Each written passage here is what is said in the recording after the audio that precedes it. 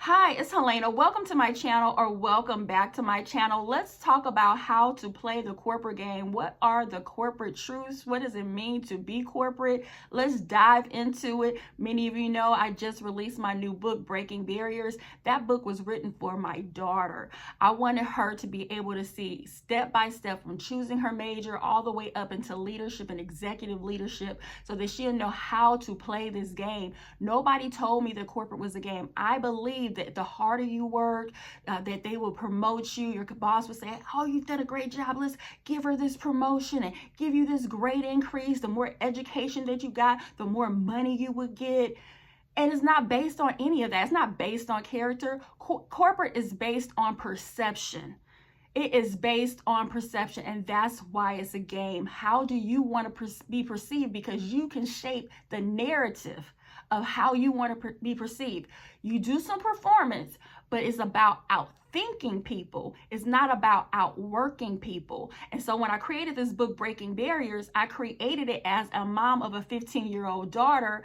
And I'm like, I may not see my daughter be in executive leadership or start her own business because we don't know how long we'll be here. So I wrote it step by step so that she would still get guidance, because nobody's ever told me anything about corporate.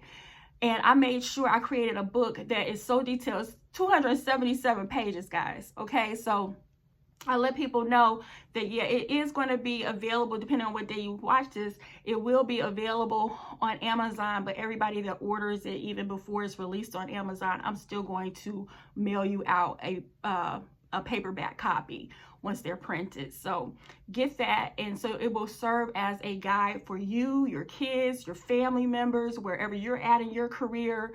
But I know I'm not going to be here forever. So I wrote it as a way of like being a guidance to her no matter where she's at in her life, because the chances of me seeing her at my age, it just breaks my heart. So it's coming from my heart. So this is the corporate game. The corporate game, as I mentioned, is not about performance, it's about perception. So the hardest working person does not get the promotion. It is the one that is perceived to be more valuable. And the one that's perceived to be more valuable is the one that's more visible. So the first thing you want to do when you get a job in corporate, I'm going to tell you exactly what I did last year. I knew the step by step. I have been in my business for 15 plus years. I've helped so many hundreds of thousands of people get jobs and careers. I help people build from entry level to being 6- and 7-figure C-suite executives. So I know the game. So when I went back in to get the job, I got my job in 2 weeks.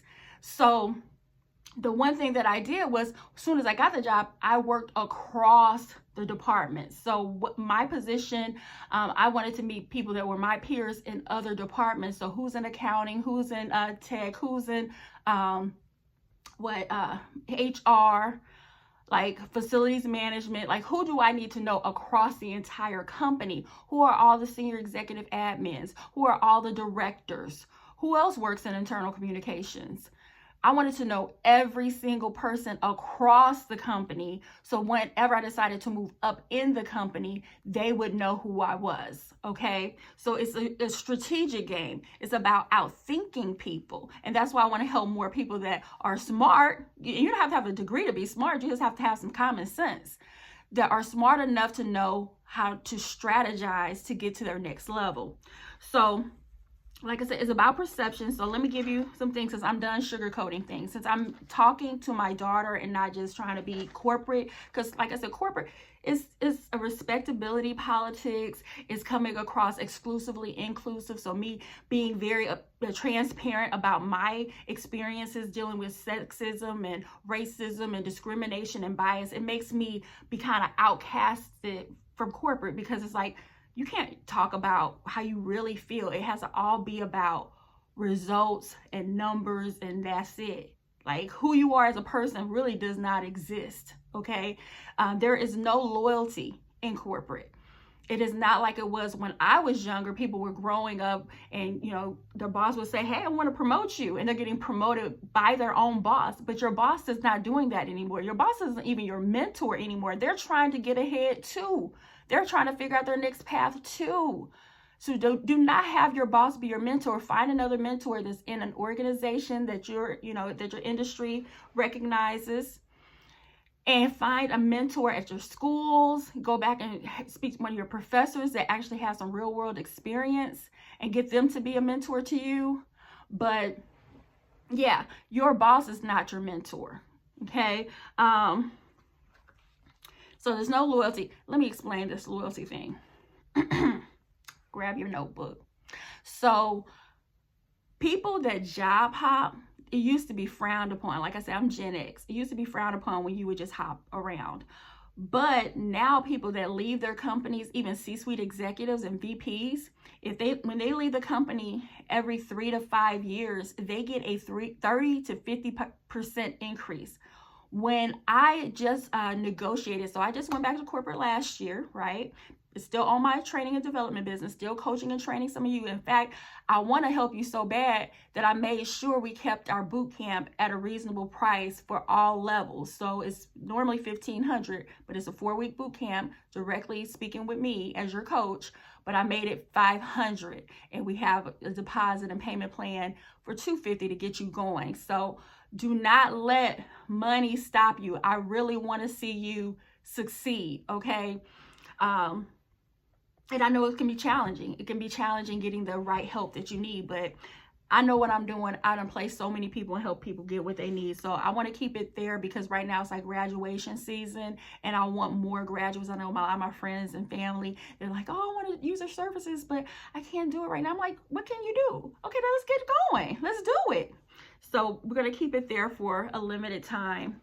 But so when I went back, so after I got my job, I got 2 increases because I negotiated. So you have to be a self-advocate. You have to advocate for yourself. So the first one that I did was within 3 months, and I told my boss to say, hey, the cost of, we're going through inflation and all of this, the cost of living, I need my salary to match the cost of living. She was like, okay. I said, and since I was already in leadership, I said, yeah, based on our staffing salaries, the budgets that we have from finance, this should not be a problem. So I got living expenses adjusted, okay, just the market value of my position. And then the second one was for my performance review because I exceeded expectations. And then the third one was because I got promoted. And when I went through the promotion, because I thought that you could really negotiate a much higher salary because of when I had been in corporate, which was over 15 years ago, you could. But they told me the most that they could give me in my promotion was 10%. I said, excuse me, based on the title and the promotion and the level of work that I would be doing, it would be at least $30,000 more is how much I should be making. I was like, oh no, we don't do that. I said, then I'm not taking a job. And since basically they wanted me, because you don't really negotiate until they offer you the job. Like you are the last candidate, you're the number one candidate, the last candidate, they want you and you know it. So now you're at the table and then they give you this number and they lowball you. And I'm gonna talk about it in another video, how much you actually can get. And since I've always dealt with finance and staffing salaries as an executive director in human resources, I knew they were playing in my face. And so I stuck with it. I said, I don't want it. I don't want it. Go, you take that back. That's a slap in my face. 10%. And everybody else around me would be making way more doing the same thing. No. So we went back and forth, and we were able to get it adjusted. But even then, when I went into my position, I started talking to people. You know how I quickly make alliances. And it said, and I said, so what did the last person make in this role? And I said, dang, I still was $10,000 shy of what that last person was making.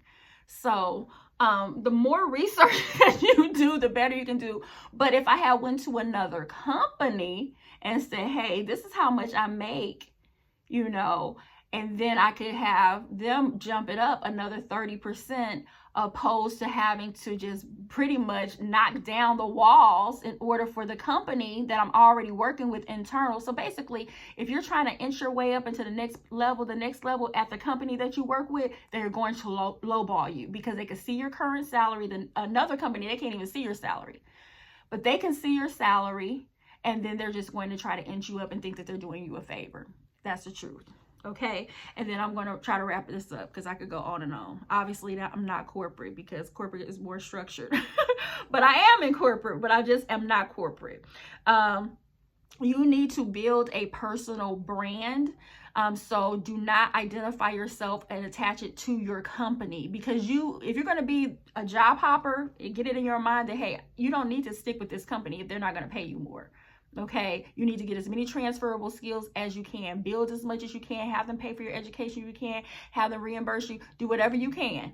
You know, even have them pay me to do the coaching to get you out of there. They don't know they're going to get you out of there. But so when you see on LinkedIn, oh, just got my promotion with Coca-Cola and I'm now in the strategic marketing team. Don't do that. Don't market anybody's company unless it's your own. Okay. You can market your title, you can market your skill set, you can market your value, but when people look you up online, don't have them automatically associate you to a certain company, because it's hard to rebuild your brand when you are let go, laid off, fired, or just quit. I already mentioned loyalty. The salary sweet spot, I know some people make a lot less than this, but the salary sweet spot is $150,000 to $220,000, and that's a trap. That's a trap now, okay? 100,000 used to sound really good. Mainly in 2020, prior to the pandemic, everybody's, oh, I want to be six figures, want to get six figures. Six figures is not what it used to be. And I know this may sound like, what are you talking about? That's excellent. If you've never made it, or if you're a recent graduate, you may be like, oh, that sounds great. But if you worked your butt off and you've been at the company for 5, 7, 10 years, and you were at 150 and you're still at 150 or 160, 170, it's going to take forever to get to 200. Like I said, because they're just going to inch you up like an Energizer button. How much more we can get you out of here? It's a trap unless you leave the company. Finally, I will say, make sure you take your PTO. Do not dedicate so much time to corporate that you experience burnout. Oh my God, I got so much to do. It's stressing me out. I'm overwhelmed. I'm feeling burnout. Take your time. Take your lunch break. Take your 2 15-minute breaks. Walk around. Get out of the office. When I have to report and go in the office every day, I will take a break and walk around the building. Walk around the different corridors. Go over to the gift shop. Grab some coffee. I was not going to be glued to this desk. And then when I have remote, I take my breaks. Okay? So, yeah. Oh, the last thing. If you speak up too much, you're a problem. If you don't speak up, you're invisible. So you have to have a balance, which is pretty hard to figure out. So only speak strategically when you know exactly what you want to speak about and you have the evidence and data to back it up, and it's visible in front of the right people. At every single meeting, if you're scheduled to a meeting and they have sent you these invites from Teams or Outlook or whatever, Zoom, make sure that you go through the agenda, because most agendas are attached. Go through your agenda and see, what do I want to speak about? Who's going to be in here? And then, contribute to it. Something that's result oriented, not, oh, we created this program. They don't care about programs. They care about money, bottom line, return on investment, retention, pipeline for leadership. Okay. So you have to speak their language. And so that's it. That's the corporate game. Like I said, I teach you more. I coach you more. I prepare you in our boot camp. I'm getting like an army of people ready, locked and loaded to get the corporate jobs, not to stay in them, but to get as much knowledge as they can get as much money as they can get, and then start their own businesses and their own practices. And if you stay in corporate, at least have something that you actually enjoy. Some of my clients that I'm working with, they actually enjoy doing research. They actually enjoy writing and editing, doing journalism. They actually enjoy what they're doing in engineering. So if you already enjoy your job, then just have it and enjoy it. I'm not saying quit, but it doesn't have to be the end all be all. Okay, anyhow, love to hear your thoughts. Do you believe that corporate is a game? Do you believe the harder you work that is real? Are you stuck in the myth of corporate? Or are you ready to step into the reality that it's not about working hard? It's about outthinking your competition and going from a high performer to a high level leader. Whether you want to be a leader or not, you're either, because I know in healthcare, right now in healthcare, you're either going to be on a clinical side or the leadership side. Everybody else, so a nurse or doctor or something on this side, or you're going to be a leader. Anything else is underpaid. Promise you that. Promise you that. So if you want to get paid more, you're going to have to move up in the leadership, and you're going to have to go back and become a doctor. And I'm like, heck no, I'm not doing that. Anyhow, love to hear your thoughts. I'll talk to you later. Bye-bye.